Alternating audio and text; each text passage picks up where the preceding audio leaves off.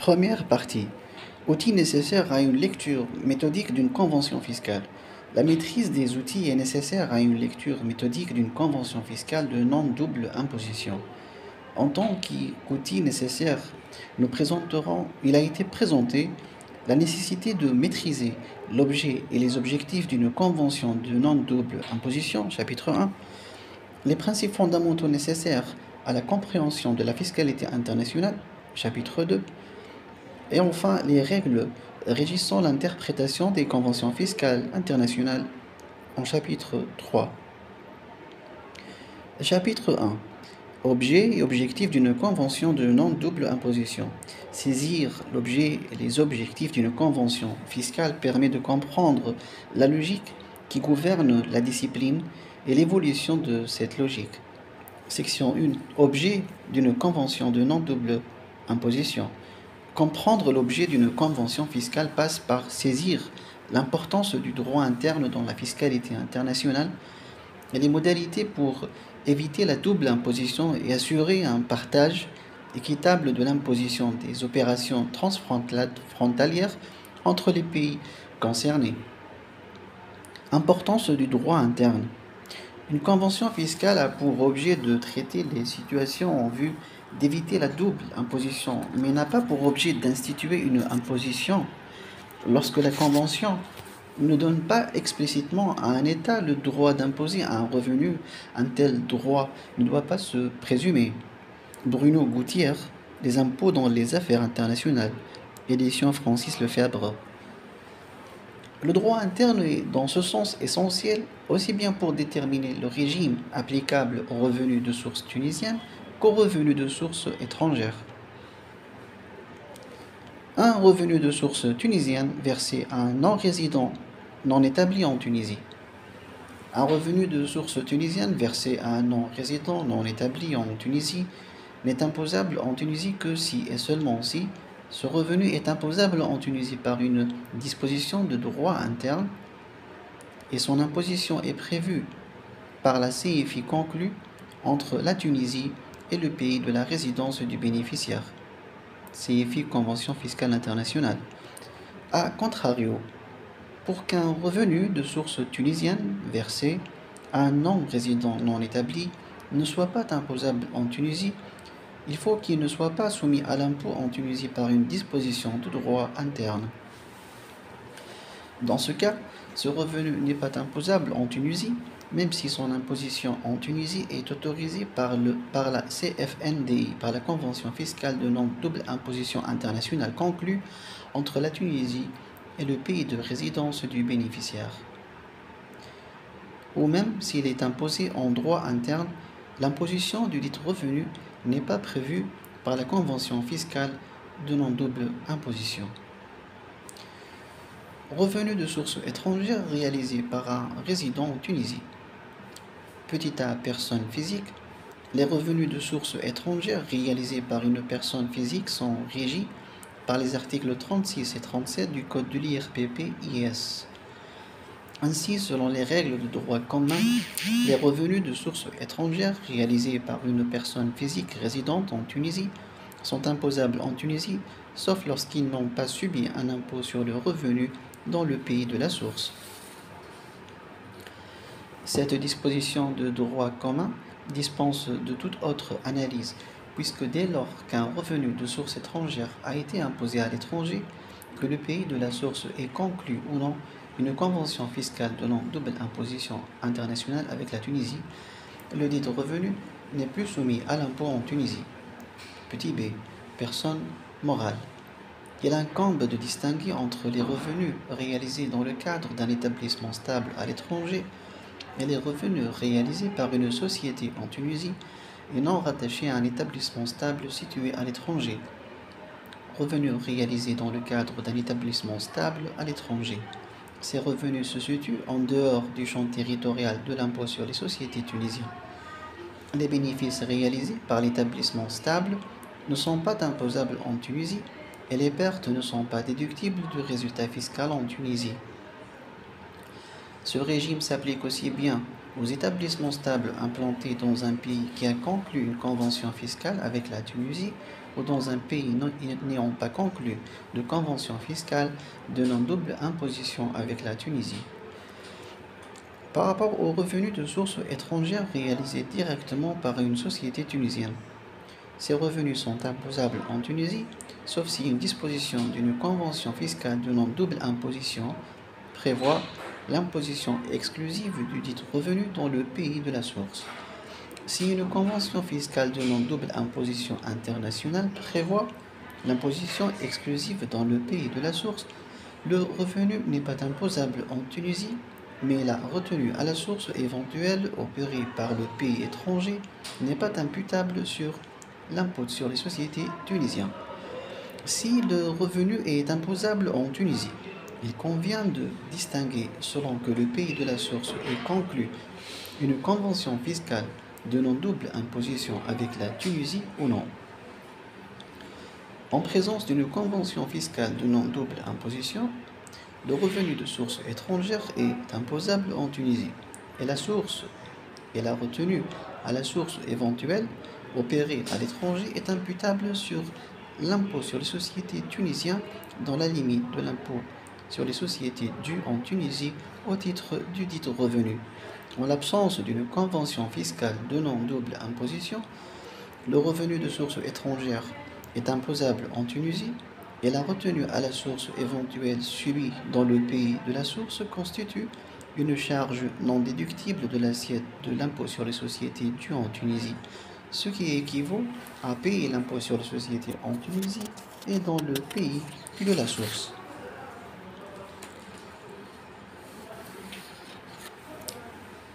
Fixer les règles de mise en œuvre de l'objet d'une convention fiscale internationale afin d'éviter la double imposition applicable aux opérations internationales mettant en jeu un pays de la source et un pays de résidence. Trois modalités permettent d'éviter la double imposition dans le cadre d'une convention fiscale de non-double imposition: imposition exclusive dans le pays de la source, imposition exclusive dans le pays de résidence, partage de l'imposition entre les deux pays dans la convention fiscale internationale. Imposition exclusive dans le pays de la source. Pour les personnes physiques, le droit interne tunisien retient la règle du revenu mondial pour les personnes physiques résidentes en Tunisie, avec dispense d'imposition des revenus de source étrangère ayant subi l'impôt à l'étranger. Cette règle garantit l'absence de double imposition. Pour les personnes physiques non résidentes en Tunisie, le droit interne limite leur imposition en Tunisie aux revenus de source tunisienne, soit une obligation fiscale limitée aux revenus de source tunisienne. Pour les personnes non résidentes, les revenus de source étrangère ne sont pas imposables en Tunisie. Pour les personnes morales, les revenus réalisés dans le cadre d'un établissement stable tunisien à l'étranger ne sont imposables que dans le pays étranger. En revanche, les revenus de source étrangère non rattachés à un établissement à l'étranger réalisés par une société tunisienne sont imposables en Tunisie, sauf si une disposition d'une convention fiscale de non-double imposition réserve leur imposition exclusive dans le pays étranger de la source. À titre d'exemple de revenus imposables exclusivement dans l'état de la source, rémunération publique, sauf dans le cas de nationaux de l'autre État ou résidents permanents ou encore d'activités industrielles ou commerciales. Édition Francis Lefebvre. Les impôts dans les affaires internationales, pages 136 et 137.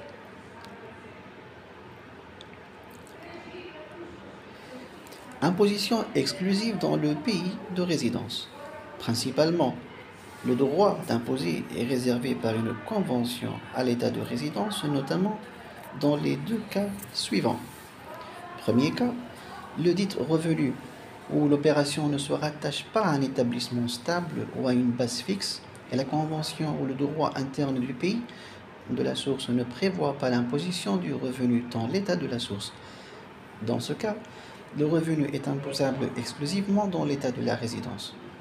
Deuxième cas, la convention fiscale de non-double imposition réserve exclusivement et expressément l'imposition du revenu au pays de résidence. Un exemple d'imposition exclusive est donnée par les bénéfices provenant de l'exploitation en transport et en trafic international pour tous les pays avec lesquels la Tunisie a conclu une convention fiscale de non-double imposition. Partage d'imposition. La Convention fiscale internationale est un traité international qui organise généralement le partage de la matière imposable entre les États contractants. Le modèle de l'OCDE propose en cas de partage d'imposition que la Convention fiscale de non-double imposition stipule une retenue à la source dans le pays de la source et l'imposition du revenu dans le pays de résidence avec imputation de la retenue à la source effectuée dans le pays de la source sur l'impôt dû dans le pays de résidence dans la limite de l'impôt dû au titre du revenu de source étrangère. À titre d'exemple de revenus dont l'imposition peut être partagée, les revenus passifs, dividendes et intérêts. Section 2. Objectifs d'une convention fiscale. À l'origine, les conventions fiscales de non-double imposition focalisent sur l'impératif d'éviter la double imposition. Néanmoins, depuis quelques années, la philosophie du système de fiscalité internationale a muté pour élargir les objectifs des conventions fiscales de non-double imposition vers la prévention de la double imposition sans toutefois créer des situations de double non-imposition tout en renforçant la lutte contre l'évasion fiscale internationale, le chalandage fiscal, shopping fiscal, la planification fiscale agressive et la fraude fiscale internationale. Sous-section 2. Éviter la double imposition. Une convention fiscale internationale permet de remédier à une éventuelle situation de double imposition que peut générer la transaction entre deux pays en l'absence de convention. L'objectif principal d'une convention fiscale internationale donc est d'éliminer les doubles impositions sans pour autant créer des situations de double non-imposition. Grâce à une convention fiscale internationale, les opérateurs économiques internationaux ont en principe la certitude juridique de n'être imposés que dans un seul État ou de bénéficier d'un crédit d'impôt en cas d'imposition dans les deux États. Lorsque la convention fiscale internationale donne à un État le droit exclusif d'imposer un revenu, l'élimination des doubles impositions est automatique. L'autre État n'ayant pas de droit d'imposer le même revenu, il ne saurait y avoir double imposition. Mais il n'en va pas ainsi lorsque les deux États ont ensemble le droit d'imposer. Dans cette hypothèse, il faut un dispositif pour éliminer la double imposition. 4 méthodes sont envisageables pour remédier au risque de double imposition. La méthode de l'exemption, selon l'article 36 du Code de l'IRPP et de l'IS, la catégorie des revenus de source étrangère pour les personnes physiques comprend les revenus de source étrangère n'ayant pas été soumis au paiement de l'impôt dans le pays d'origine. Autrement dit, les revenus de source étrangère réalisés par un résident en Tunisie ne sont imposables entre les mains du bénéficiaire en Tunisie que lorsqu'ils n'ont fait l'objet d'aucune imposition sous la forme de retenue à la source ou sous une autre forme quelconque de le pays de la source. Que ce pays ait conclu une convention de non-double imposition avec la Tunisie ou non. Cette exemption ne s'applique pas dans le cas où l'imposition au niveau du pays de la source est faite à tort. La Tunisie ne perd pas son droit à imposer un revenu de source étrangère imposé à tort dans le pays étranger de la source tout en sachant que le contribuable a le droit de réclamer la restitution de l'impôt indûment payé auprès du dit pays étranger. La méthode du taux effectif dans le cadre de la méthode de l'exemption. Les éditions Raouf Yaïch.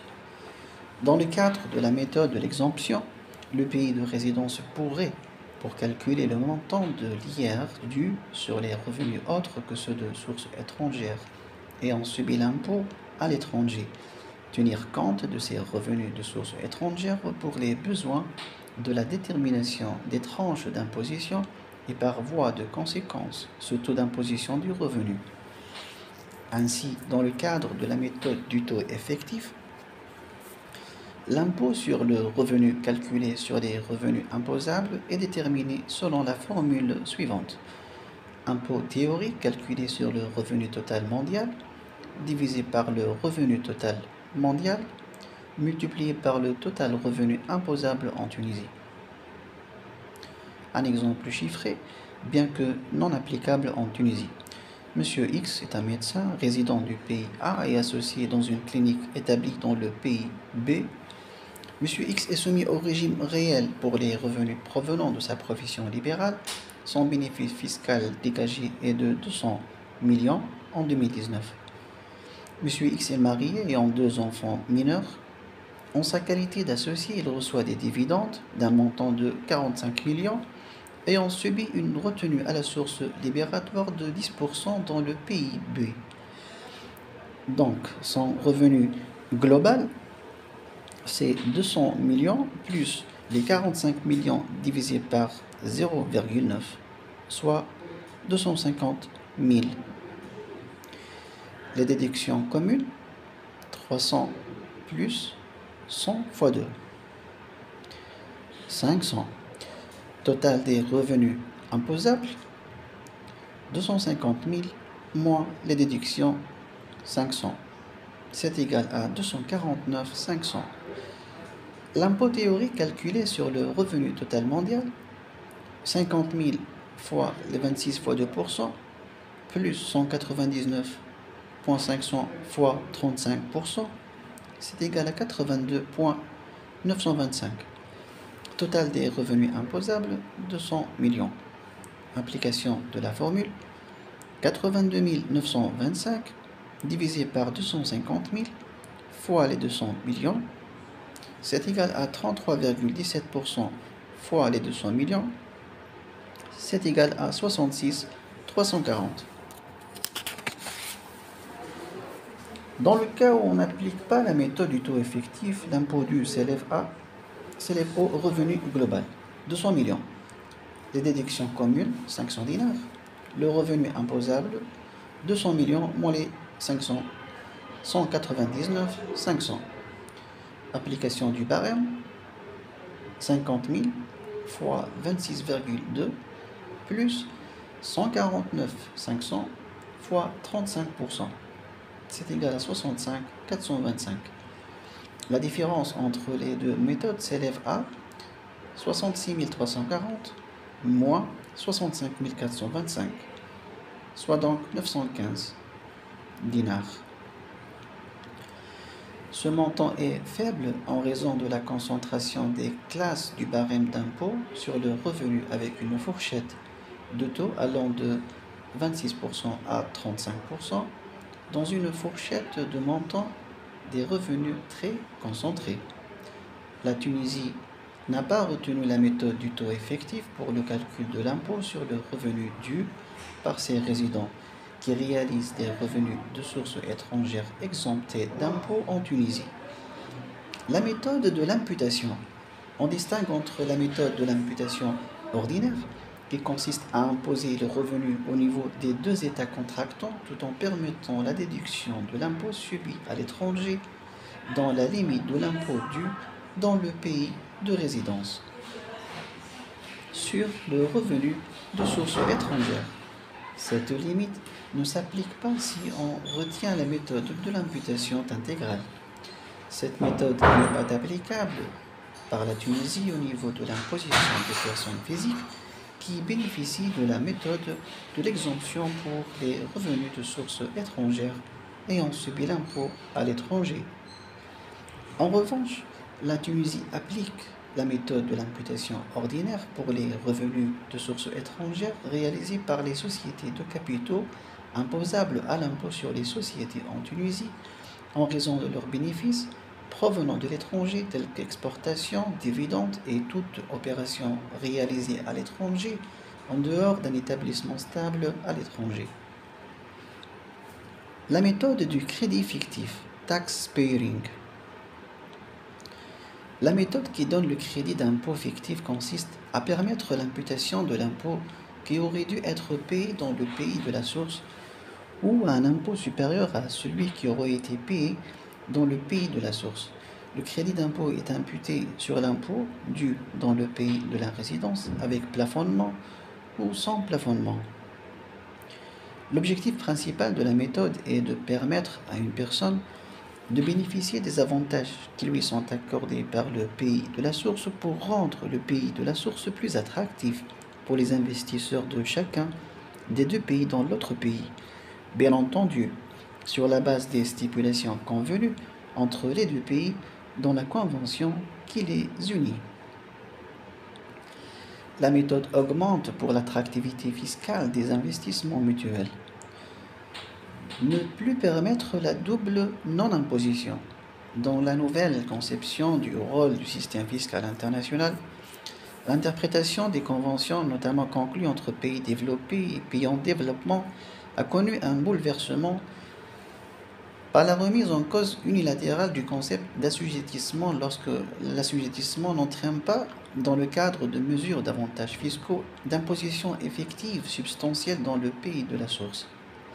Si on comprend aisément l'objectif d'éviter la double imposition, l'évolution de la doctrine fiscale internationale ne tolère plus de se trouver dans des situations de double non-imposition ou de prise en compte d'une charge doublement ou encore de traitement hybride d'un produit non imposable dans un pays constitutif d'une charge déductible dans l'autre pays. La lutte contre la double non-imposition constitue l'une des dispositions obligatoires de l'accord multilatéral du projet BEPS auquel la Tunisie a adhéré depuis janvier 2018. Aussi, les nouvelles conventions couvertes par les dispositions BEPS intégreront-elles, après l'adoption par l'Assemblée nationale de l'accord multilatéral, le préambule suivant, entendant éliminer la double imposition à l'égard d'impôts visés par la présente convention, et ce, sans créer de possibilité de double non-imposition ou d'imposition réduite via des pratiques d'évasion ou de fraude fiscale, évitement fiscal. Résultant notamment de la mise en place de stratégies de chalandage fiscal destinées à obtenir des allègements prévus dans la présente convention au bénéfice indirect de résidents de juridictions tierces. Voir viepublique.fr, étudesfiscalesinternationales.com, World Wide Web. La lutte contre l'évasion fiscale, le chalandage fiscal, la planification fiscale agressive et la fraude fiscale. L'évasion fiscale est définie comme étant un comportement utilisant les failles des législations en vue d'éviter l'impôt à l'échelle nationale et ou internationale. Ce comportement peut se manifester par le transfert du patrimoine d'un pays vers un autre pour bénéficier d'un régime fiscal plus avantageux, en conformité apparente avec la loi. Chalandage fiscal, c'est une démarche consistant à effectuer des comparaisons, des recherches systématiques des conventions fiscales de non-double imposition qui offrent les meilleures possibilités pour réduire la charge globale d'impôt pour un groupe multinational installé dans de nombreux pays. Cette pratique conduit les groupes multinationaux à s'implanter par le biais de filiales ou d'autres structures juridiques en fonction principalement de la recherche d'un objectif d'économie d'impôt. Planification fiscale agressive. Cela désigne la recherche par un contribuable d'une solution légale permettant de payer le moins d'impôts possible tout en observant les lois fiscales. La planification fiscale est agressive lorsqu'elle consiste à entreprendre pour éviter et réduire l'imposition des acrobaties non prescrites et non conformes aux objectifs et à l'esprit de la loi fiscale. Selon la Commission de planification fiscale agressive, FA de l'Union européenne une décision du 8 mars 2018, l'APFA consiste à profiter des aspects techniques d'un système fiscal ou l'inadéquation entre deux ou plusieurs systèmes fiscaux dans le but de réduire l'obligation fiscale. Il peut en résulter une double déduction. Par exemple, le même coût est déduit à la fois dans l'état de la source et de résidence ou dans plusieurs états, et une double non-imposition. Par exemple, le revenu qui n'est pas imposable dans l'état de la source est exonéré dans l'état de résidence. La fraude fiscale, quant à elle, se définit par les manœuvres frauduleuses utilisées par le contribuable pour échapper à l'impôt. Il incombe aux États de prendre dans leur législation interne des dispositions allant à l'encontre de manœuvres éventuelles. Ces États voudront alors, dans leur convention bilatérale de double imposition, sauvegarder l'application de dispositions de ce genre figurant dans leur législation interne. Modèle de convention de double imposition concernant le revenu et la fortune. Autrement dit, la lutte contre l'évasion et la fraude fiscale est nécessaire à la coopération internationale. Elle doit être explicitée par la rédaction des dispositions anti-évasion fiscale au niveau de conventions bilatérales. Le modèle de convention de l'OCDE stipule que les États contractants peuvent, à l'occasion de négociations bilatérales, convenir qu'un allègement d'impôt n'est pas applicable dans certains cas, ou que l'application des dispositions de leur législation interne pour lutter contre la fraude fiscale ne sera pas affectée par la Convention, en adoptant des clauses anti-abus.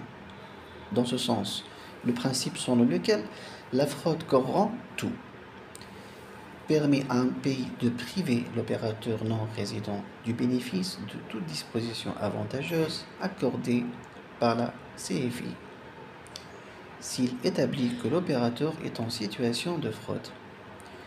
Les nouvelles clauses anti-abus, BEPS. Les autorités fiscales qui cherchent une réponse à l'utilisation inappropriée d'une convention fiscale peuvent examiner tout d'abord l'application des règles anti-abus spécifiques contenues dans leur législation fiscale interne. En vue de lutter contre toute utilisation abusive des conventions fiscales de non-double imposition, les accords BEPS imposent le nouveau préambule suivant à la Convention fiscale internationale. En tentant d'éliminer la double imposition à l'égard d'impôts visés par la présente convention, et ce sont créées de possibilités de double non-imposition ou d'imposition réduite via des pratiques d'évasion ou de fraude fiscale, évitement fiscal, résultant notamment de la mise en place de stratégies de chalandage fiscal destinées à obtenir des allègements prévus dans la présente convention au bénéfice indirect de résidents de juridictions tierces. La coopération fiscale internationale, échange d'informations. La coopération fiscale internationale a pour but d'apporter des mesures radicales en matière de transparence et de lutte contre l'optimisation fiscale agressive des multinationales. Revue des juristes de sciences, po.com, World Wide Web. La coopération internationale peut comprendre les échanges d'informations, l'assistance mutuelle allant jusqu'au contrôle fiscal conjoint et les procédures de concertation et d'arbitrage. Les échanges d'informations comportent plusieurs modalités. L'échange automatique d'informations sur les comptes bancaires, l'échange d'informations sur demande, l'échange d'informations de façon spontanée. Chapitre 2. Les principes fondamentaux nécessaires à la compréhension de la fiscalité internationale. Les principes nécessaires à l'intelligence de la fiscalité internationale comprennent notamment le champ d'application et la territorialité de l'impôt, le principe de non-discrimination, le principe de non-aggravation, le principe de subsidiarité du droit conventionnel, la priorité du droit interne, la primauté du droit conventionnel par rapport au droit interne, le principe d'autonomie de l'interprétation par rapport à l'autre État, en section 7. Merci pour votre attention.